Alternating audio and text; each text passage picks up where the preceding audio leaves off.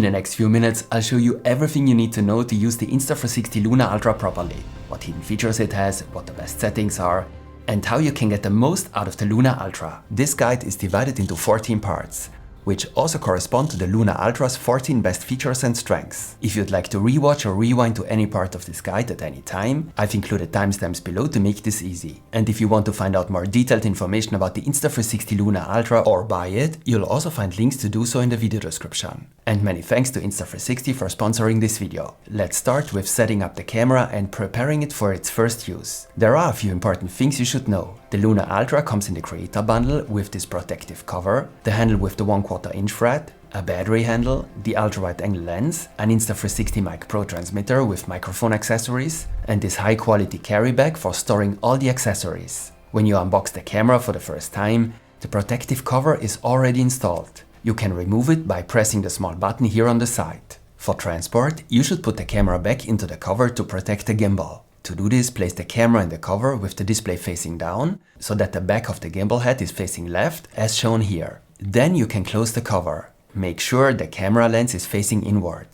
Otherwise, it won't work. The camera has a USB-C port on the bottom. You can use this to charge the camera or to attach the handle, making sure the handle's button is on the front. To remove the handle, simply press the button. The handle primarily extends the camera to make it easier to hold, but it has two additional advantages. On the bottom, it has a 1/4 inch thread that lets you mount the Luna Ultra on a tripod. And it features 3 small tripod legs that you can unfold to place the Luna Ultra stably on a flat surface without needing an additional tripod. That's a brilliant design. The Creator Bundle also includes the battery handle, which significantly extends the camera's runtime. With the standard handle, the Luna Ultra can shoot in 4K 30 for about 2 hours. When the handle is installed, you'll find the USB-C port for charging the camera on the back. You can also use the USB-C port to connect accessories or connect the Luna Ultra to a computer. The SD card slot is located on the right side. You can easily pull the cover off with your fingernail. You don't actually need SD cards for the Luna Ultra, since it has 47 GB of internal storage. But of course, that won't be enough in the long run, so you should use a fast SD card with the Luna Ultra. To ensure the camera runs smoothly even in 8K, I recommend cards with a speed rating of A2 and V30, such as this card from Lexar. You'll find a link to it in the video description below. On the back of the camera, there's a wind guard. It comes pre-installed. You can remove it by pulling it outward from either side up here. The wind guard is a great feature, because it can significantly reduce wind noise when you're recording with the internal microphone. I'd only remove it if, for example, you want to record for a very long time in high temperatures. In that case, the wind guard can cause the camera to overheat a bit sooner. Simply push it back up to reattach it. Make sure it snaps into place completely. The Luna Ultra has 3 buttons,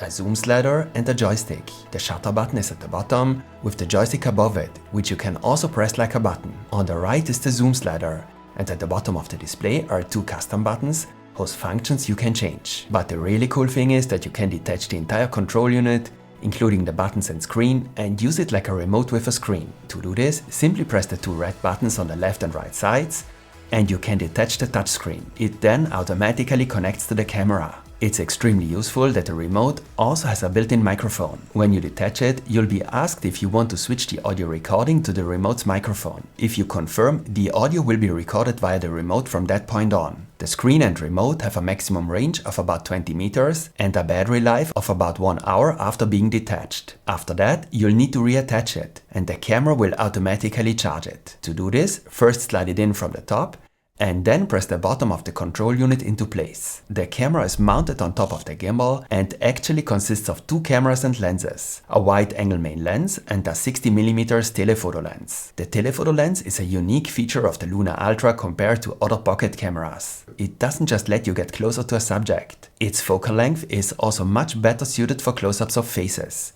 as it results in less distortion. Since the telephoto lens has a very short minimum focusing distance, it also allows for macro-like close-ups with a beautiful background blur. This leads to cool results, and you definitely have to try it out. However, the telephoto lens doesn't have as large a sensor as the main lens and is therefore not as well suited for low light conditions as the main lens. The Luna Ultra is, of course, also a perfect vlogging camera, but the 20mm field of view of the wide-angle main lens is a bit narrow for some situations. For slightly wider shots, There is this ultra-wide lens attachment, which is also included in the Creator Bundle. It attaches easily and magnetically to the front of the main lens. It works well, but the main problem is that the lens is so small that it's very easy to lose. So be sure to keep a close eye on it. On top of that, at 15mm, the difference from the main lens isn't that huge. Personally, I prefer a slightly wider field of view when vlogging. That's why I use the Luna Ultra on a bendable selfie stick, like this multi-mount from Insta360. It might look a bit unusual, but it works very well. Once you've charged the Luna Ultra sufficiently, you can turn it on and activate it. There are two ways to turn on the Luna Ultra: by swiping the screen to the right or by pressing and holding the record button briefly. You'll need to activate the Luna Ultra at the beginning. To do this, you'll need to connect it to the Insta360 app. You can find it in the app stores. Once you've installed the app, you can connect the Luna Ultra to it using the camera icon down here. But there's another clever and faster solution. The Luna Ultra supports NFC, so you can hold the NFC field of your smartphone.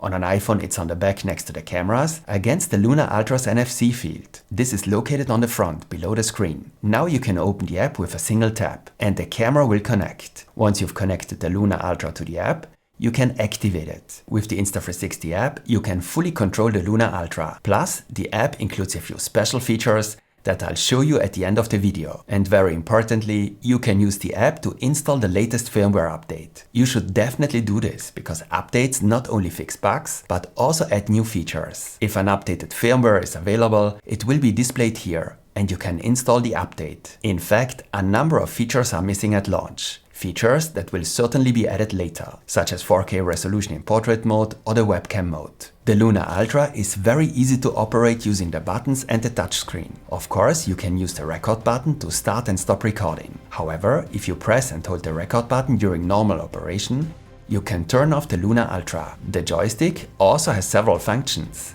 By moving it left, right, up or down, you can control the gimbal and in turn the camera itself. If you press the joystick once briefly, the camera automatically selects a subject and begins tracking it. If you press the joystick twice briefly, the gimbal automatically returns to its starting position if you've previously moved it. If you press the joystick 3 times briefly, the gimbal rotates around its own axis into selfie mode, allowing you to take a selfie shot. If you press it 3 times again, the camera rotates back to the front. The Luna Ultra has 2 cameras, but offers 5 preset zoom levels. If you press and hold the zoom slider up or down, you can zoom in and out gradually. However, I wouldn't recommend doing this, as it results in a digital crop of the image. Instead, you should stick to the preset zoom levels, especially the actual zoom levels of the 2 cameras. 1x corresponds to the wide-angle main camera, and 3x to the 60mm telephoto lens. You'll get the best results with these 2 zoom factors. Both lenses also offer a 2 times lossless zoom, which simply uses a smaller section of the high-resolution sensors. These are the zoom levels 2x and 6x. The image quality remains good at these levels as well. At all zoom levels in between or above 6x, there's a more significant reduction in image quality. To switch quickly between zoom levels, instead of zooming gradually, simply press the zoom slider briefly up or down, and the camera will jump to the next higher or lower zoom level. That means I'd only use the zoom slider this way. The buttons at the bottom of the display are customizable. You can assign their functions yourself. In the default settings, the gimbal rotates 180 degrees when you press the left button. This is useful and easier than pressing the joystick 3 times. When you press the right button, the filter menu opens. Since I don't need that very often, I've assigned the right button to exposure compensation, and when pressed twice,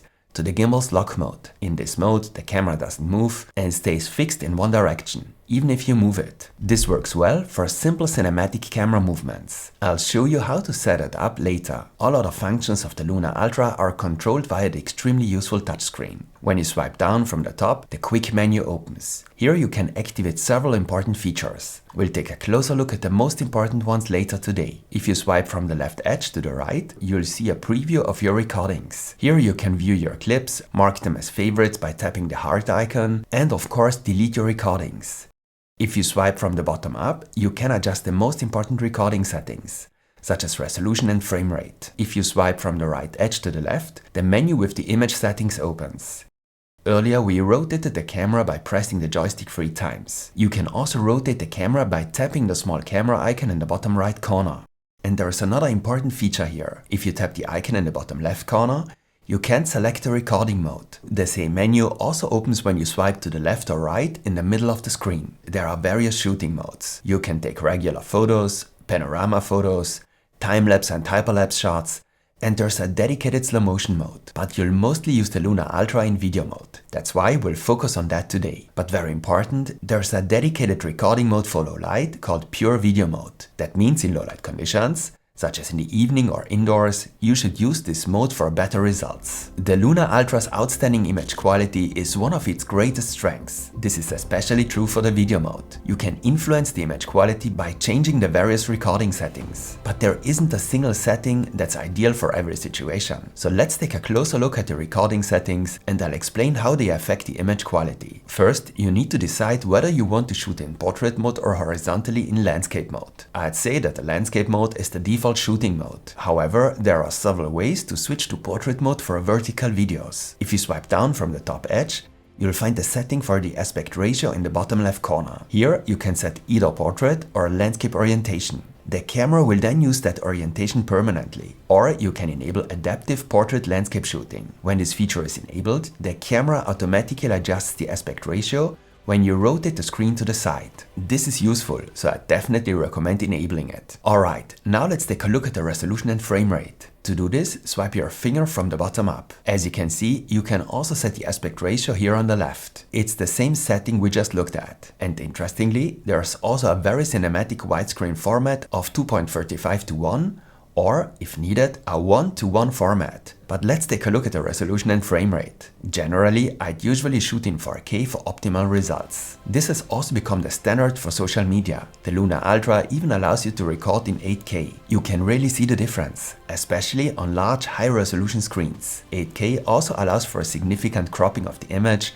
without any significant loss of quality. But 8K has its drawbacks too. The files are very large and not every computer can handle them well. There can also be drawbacks in terms of image quality, for example when it comes to dynamic range or in low light conditions. For these reasons, I generally recommend 4K to most people and suggest filming in 8K only in good lighting conditions and when you really need it. If you're using the Luna Ultra in portrait mode, the highest resolution currently available is 3K. As mentioned, 4K resolution should be added via an update at a later date. As for the frame rate, the more frames per second, the smoother and more natural your footage will look. But low frame rates of 24 or 25 frames per second are considered particularly cinematic because professional movies are shot at these frame rates. For a cinematic look, you should therefore use 24 or 25 frames per second. But be aware, if you don't use ND filters, a low frame rate combined with a lot of movement can result in a very shaky and jerky look, especially in daylight and when there's a lot of movement in the shot. With the help of ND filters, you can create motion blur. Only then will a shot with a low frame rate look cinematic and natural. That's why, in these situations, I'd recommend using such a low frame rate only in combination with ND filters. A higher frame rate, for example 50 or 60 frames per second, not only gives you a very smooth and natural look, but also allows you to create slow motion shots of up to 40%.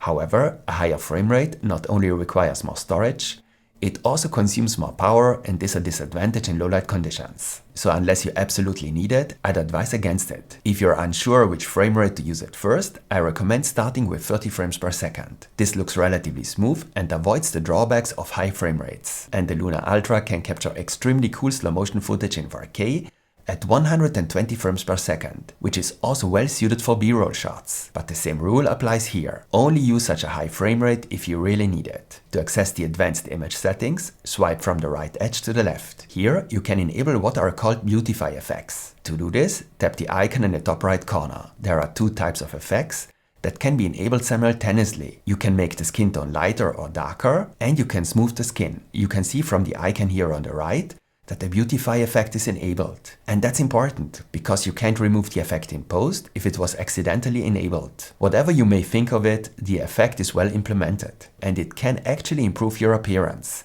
at least at my age. Also very cool are the filters that give your footage a cinematic look. There are 3 Leica filters for that distinctive Leica look, and 6 cinematic film filters. The 3 Leica filters, Leica Natural, Vivid and Chrome, are particularly worth highlighting, and you should definitely give them a try. Only for the film filters can you also adjust the intensity in the bottom left corner. High is usually a bit too much, so in most cases I'd recommend low or medium. At the very bottom, you can also adjust the exposure compensation to make your shot a bit brighter or darker. The Luna Ultra tends to expose a bit on the bright side. Depending on the situation, it may therefore be a good idea to set a slightly negative value. This also helps to better protect the highlights and prevents them from becoming overexposed too quickly. For all other settings, you'll need to enable the Pro mode. Here you can adjust the exposure, specifically the shutter speed, completely manually if needed. However, I'd only do this when using ND filters. In that case, set the shutter speed to twice the frame rate. For example, use 160f for optimal motion blur. It can also be helpful to set a maximum ISO value of around 1600 to prevent excessive image noise in low light conditions. But don't forget that you should use the pure video mode in these situations. I usually leave the white balance set to automatic.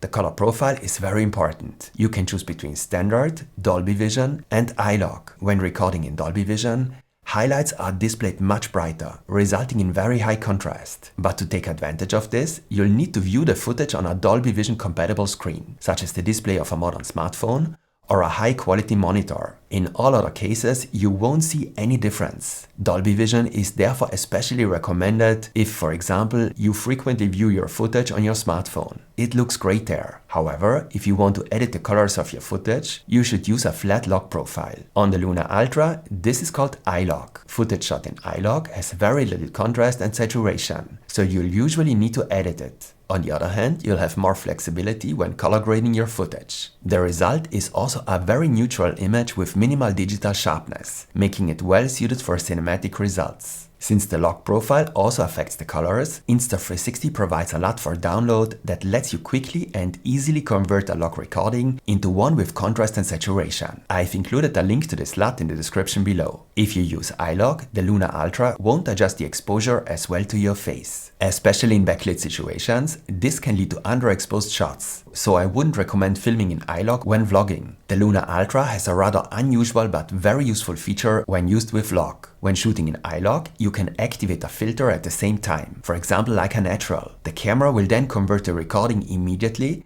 so you won't need to edit it later. In this case as well, you'll get a very good, high-quality result with minimal digital sharpening. The Luna Ultra, like any other camera, processes the footage before saving it. The contrast at the edges is increased, which means digital sharpness is added. We've seen that this isn't done as heavily with iLok. If you're filming in standard mode, you can adjust not only the saturation and contrast, but also the sharpness under adjust. Since I find that the Luna Ultra applies a bit too much sharpness in standard mode, I would reduce the sharpness here to low. Normally, the Luna Ultra's exposure is based on the face. It ensures that the face is always optimally exposed. This usually works well, though sometimes it makes the entire image a bit too bright. If on the other hand you want the exposure to be based on the entire image, rather than just the face, select Matrix under metering mode. Thanks to its large sensor, the Luna Ultra creates a blurred background when the subject is in the foreground. The camera therefore has an autofocus system that continuously keeps the subject in focus. You can also focus on a subject by tapping on it on the display. You may also want the camera to use autofocus, but not change or adjust it once you have started recording. You can do this by selecting Single under focus mode below. This is very useful, for example for creative camera movements or when filming stationary objects. If on the other hand you're using continuous autofocus and want the camera to focus exclusively on subjects in the foreground, you can enable Product Showcase mode. This mode also allows you to capture beautiful cinematic shots with a blurred background. If you change the focus while recording,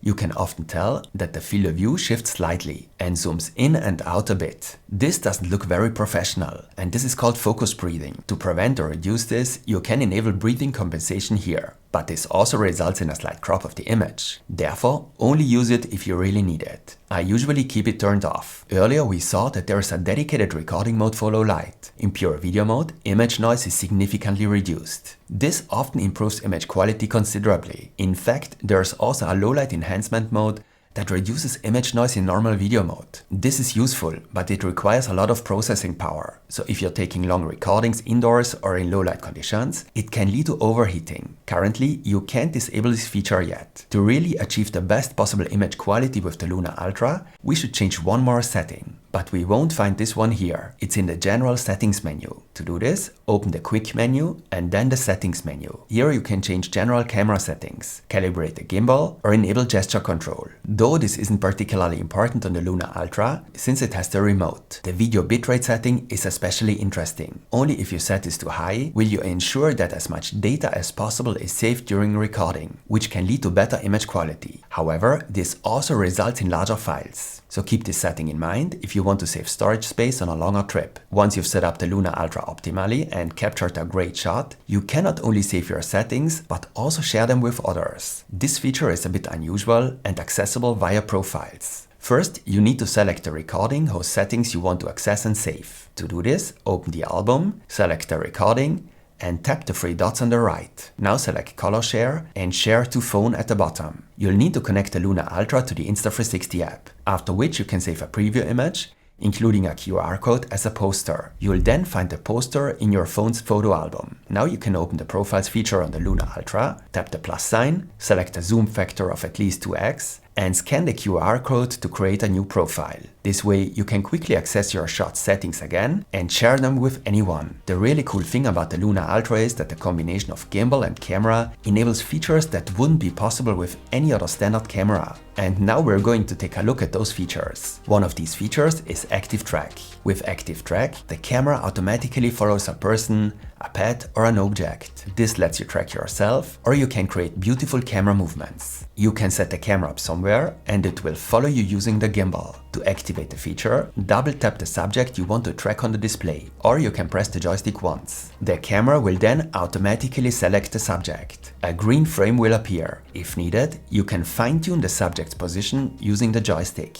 To deactivate Active Track, simply tap the display again or press the joystick once. There are 3 things you should definitely know about Active Track. The gimbal's range of motion isn't unlimited. It quickly reaches its limit when moving to the left and will no longer be able to follow you. Additionally, combining tracking with camera movement isn't ideal. For example, if you're holding the Luna Ultra in your hand while vlogging and walking, and tracking yourself at the same time, this can cause jerkiness in the footage. For smoother footage while walking or running, you should disable tracking. The Luna Ultra also has a few smart tracking features. When tracking is active, you can enable the rule of thirds grid by tapping the icon on the left here. Now you can select and confirm the optimal position for the subject. For example, top right. The subject will now always be kept in this position, allowing you to follow the rule of thirds even while tracking, which can lead to better overall results. There's also another way to activate tracking. If you haven't selected the subject yet, you can tap the tracking icon on the left. All detected subjects are now displayed with arrows. You can start tracking a subject by tapping the subject, by tapping Start,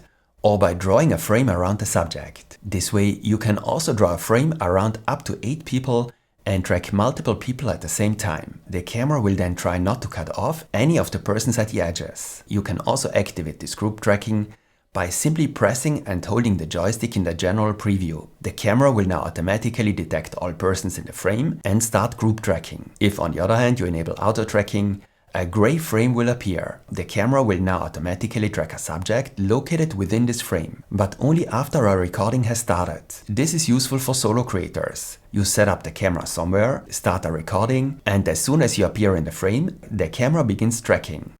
By the way, the best accessory for tracking with the Luna Ultra is this throw pod. It's compact to store, quick to set up, and in no time at all you'll have the Luna Ultra mounted on a relatively large, height-adjustable tripod and be able to track yourself or another subject. And the gimbal can do much more than just track. The Luna Ultra's gimbal has 4 different stabilization modes. To understand them, let's take a quick look at how the gimbal works. The Luna Ultra's gimbal has 3 axes. A pan axis, which allows for sideways movements, that is panning from one side to the other. A tilt axis, which allows for up and down movements. And a roll axis, which allows for sideways rotations. Earlier we saw that I assigned the lock mode to the right customizable button. The lock mode can only be activated this way. In lock mode, all axes are locked, and the gimbal tries to keep the camera in exactly the same position. This is useful, for example, for moving straight forward, or more generally, for simple camera movements. To access the other modes, and tap the gimbal icon in the bottom right corner.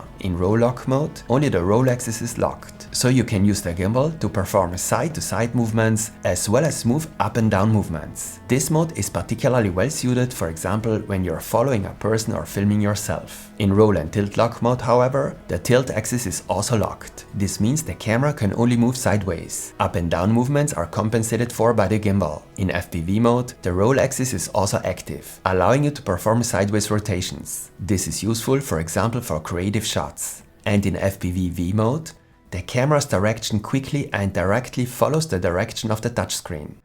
This is well suited for vlogging, for example. If you tap the settings icon in the upper right corner here, you can adjust the gimbal follow speed and the joystick speed. For slow cinematic camera pans using the joystick, you'll need to set the joystick speed to slow. So far today, we've really only talked about video recording, but the Luna Ultra also takes excellent photos. The telephoto lens, for example, is perfect for beautiful portraits. Just like in video mode, the photo mode offers settings for exposure, beautify and filters. For optimal image quality, you should adjust two settings. Swipe up from the bottom to activate the Ultra Photo mode. Only then will you get high-resolution photos with up to 37 megapixels. And especially if you want to edit your photos heavily, you should enable the JPEG and RAW format. A RAW file contains more information than a JPEG file and is therefore much better for editing. But of course, you'll also need the right software for that. You're probably familiar with the Live Photo mode from your smartphone. It saves not only a photo, but also a short 3-second video clip, so you won't miss the perfect moment and will also have a short video. And there's another photo mode you absolutely need to know about, the Pano mode. You can choose between a beautiful widescreen panorama photo with up to 200 megapixels or, and I find this much more interesting, a 360 photo. That is a photo as if taken by a 360 camera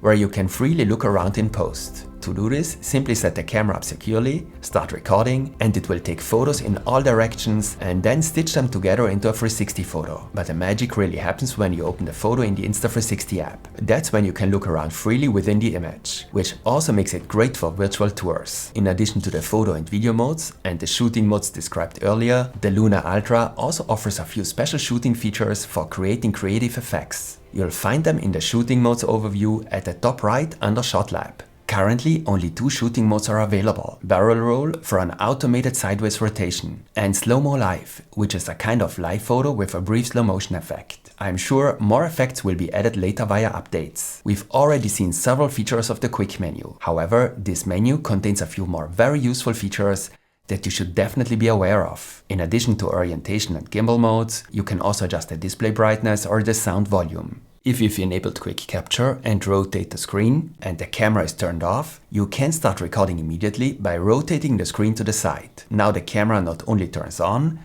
but it also starts recording right away in the last used mode. If you swipe left in the quick menu, you'll finally find the option to set up the 2 customizable buttons at the bottom of the screen in the top right corner. For both buttons, you can set a function for a single press and a function for a double press. I've set the right button to EV adjustment for a single press and to lock mode for a double press, as we've already seen. I've set the left button to flip camera for a single press and switch photo video for a double press.